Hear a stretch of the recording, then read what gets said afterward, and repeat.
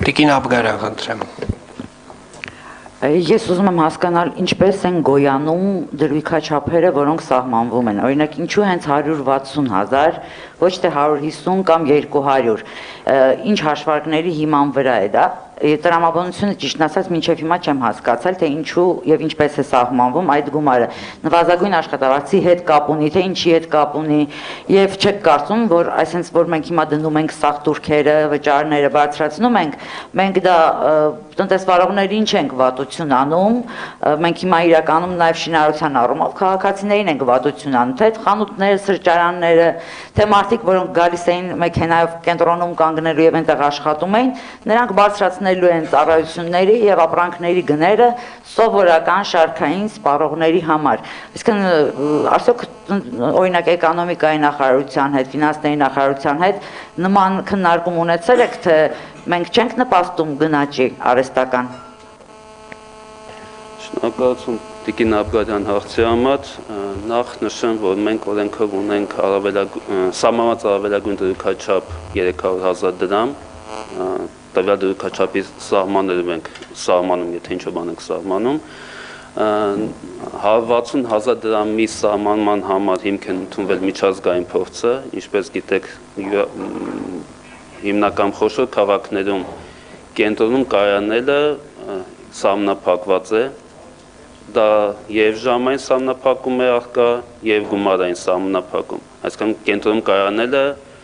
միշտ համարվել է ավելի թանկ եղանակ, քան ծայրամասում կայանելը։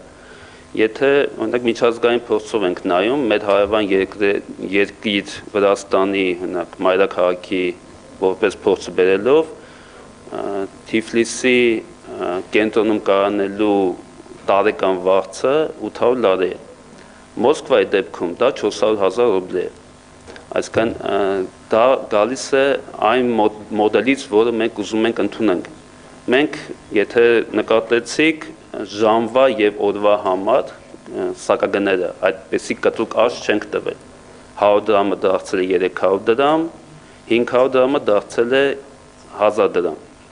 Այսինքն դա այն գումարն է, որ եթե քաղաքացին որևէ նպատակով գալիս է կենտրոն ինչ-որ աշխատանքի նպատակով կամ այլն, հնարավորություն ունի կայանելու անց որևէ լուրջ ֆինանսական բեռի։ Բացի այդ մենք ունենք այդ 15 րոպե անվճար կայանելու հնարավորությունը, միաժամանակ ավականու կողմից առաջարկվել է ներկայումս 24-ից 9 անվճար կայանելը դարձնել 22-ից 9,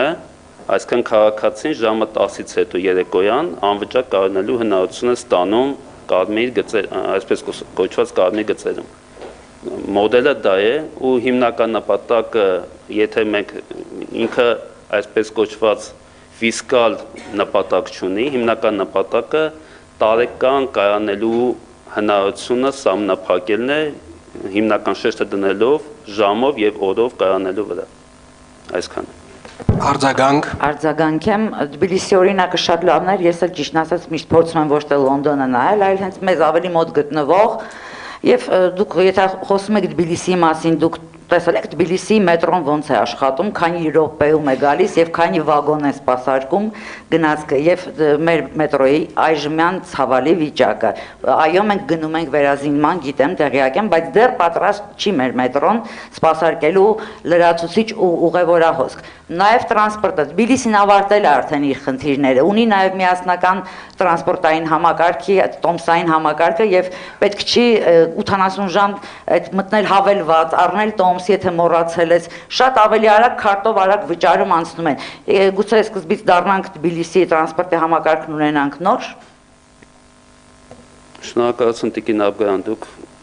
արդարացիորեն նշեցիք, որ Թբիլիսին խնդիրների մեծ մասը կարողացել լուծել եւ դա իր շնորհիվ նաեւ միասնական տոմսային համակարգի։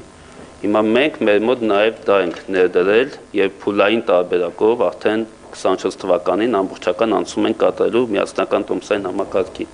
Դա կբերի մի կողմից վնասաբերության նվազեցմանը, որտեղ 100 դրամ դրույքաչափ օրինակ մետրոյի համար ինքը չի ծածկում այն ծախսերը նվազագույն, որոնք կատարվում են մետրոյի վրա։ Եվ Թբիլիսին այդ առումով միասնական տոմսային համակարգով այդ խնդիրը լուծել է եւ կարողացել բավարար ֆինանսավորում ապահովելով զարգացնել իր մետրոպոլիտենային ցանցը, որի հնարավորությունը մենք 100 դրամ ծրագրի պարագայում ցավոք չունենք։ Դա փուլային լուծում է ամեն դեպքում։ Հիմա կոնկրետ մենք վճարն ենք բարձրացնում, որը թույլ կտա որոշակի առումով ծանրաբեռնվածություն թեթևացնելով խթանել հասարակական տրանսպորտի զարգացմանը։ Շնորհակալ եմ, պարոն Թորոսյան, խնդրեմ։